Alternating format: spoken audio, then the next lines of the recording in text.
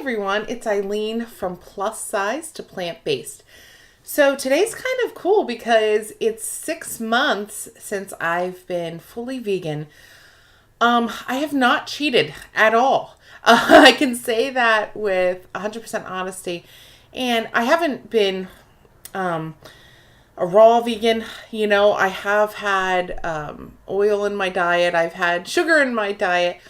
But I've incorporated so many more fresh fruits and vegetables, fruit juices, and just things that have never been in my diet. So what was really cool was I needed updated blood work. And the last time I had taken blood work was January 10th of 2017. And I have all of that in my phone app. My doctors keep that available in their little portal. And I also was able to compare the previous blood work, which was in 2015. And then I just did April 18th, 2018 blood work. So I was so curious to see because a couple of things. My cholesterol was on the higher end. It wasn't normal. It was out of range. It was like 215 back in 2017. And so I was hoping that it would show a reflection of this new lifestyle with this blood work. And it did. Small with the cholesterol, but it's in the right direction. And, it took me 40 years to get my cholesterol to that 215 number. So I'm very patient and I'm going to wait and see that it progressively moves in the right direction. But my total cholesterol moved, and I just know the numbers because I've been looking. If I do need to reference it, I will grab my phone. But I had a 215 overall in 2017, and now I have a 210. So it dropped by 5 points, which I was very happy. I was hoping for more, but where I was really excited, it's also on that lipid panel with cholesterol, is triglycerides. My triglycerides were 157 in 2017. That means the 0 to 149 is the normal range. Anything above that is high, so I was slightly high at 157. My triglycerides came out at 119. So you can imagine that's a 41-point drop. That is a reflection of how I'm eating right now. And obviously, if I cut out more of the oils and things like that, I'm sure that would even be less. So I was very, very pleased with that. Excuse me.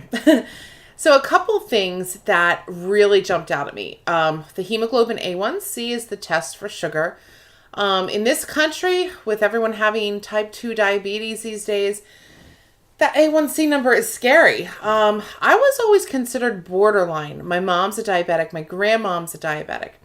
So I had my A1C checked, and I was very, conscientious to look at the number. And so back in 2002 even, my A1C was like 6.5. I was always considered pre-diabetic, borderline. And as I got older here, that's always been in my mind, So my A1C comes back at the lowest it's ever been at 5.4, which is smack in the normal range. I will tell you the normal range of A1C. They say 4.8 to 5.6 is, sorry, I'm looking at my phone here. I don't know if you can see. Okay, it's not coming through. But 4.8 to 5.6 is normal range. I was a 5.4, lowest I've ever been. Then nutrients. I was off the chart with B12. I think the range is 300 to 1,000 to 1,200, and I was 1,000 some. Iron, my ferritin number was smack in the center. At a 71, and usually ferritin wants to be that's your iron storage. Usually it wants to be about 80 is ideal, but so many people are anemic, and so it's hard for them to get that number up. So I was very, very happy to see that. Now I am supplementing with a woman's multivitamin. which has 100% of my iron. Plus, I'm taking in, the green leafy vegetables like spinach and arugula and things like that. So, I'm getting that iron, which is really, really great. They also tested for zinc, no deficiency there. Folate, I think I was off the chart. Oh, vitamin D. Okay. Vitamin D. I will get my little chart out. I'm going to go backwards because in 2000, I'm going to 2015. Sorry, I'm scrolling down. Where was this? Oh, here we go. Okay.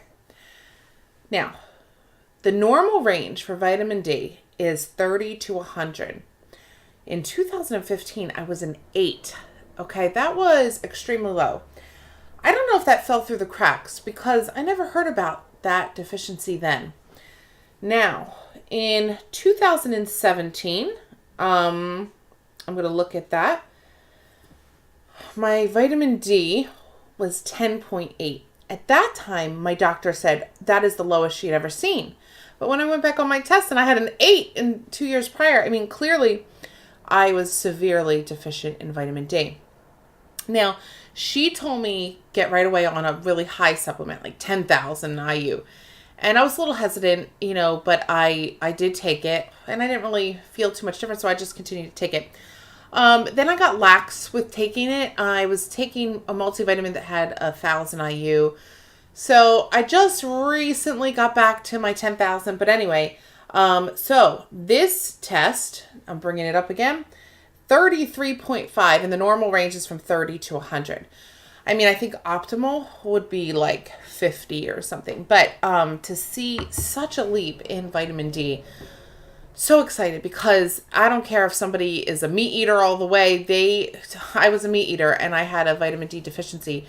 So it's an American problem. We don't go outside as much. We're indoors. And vitamin D, it really can affect you. So I'm so thrilled to see those numbers.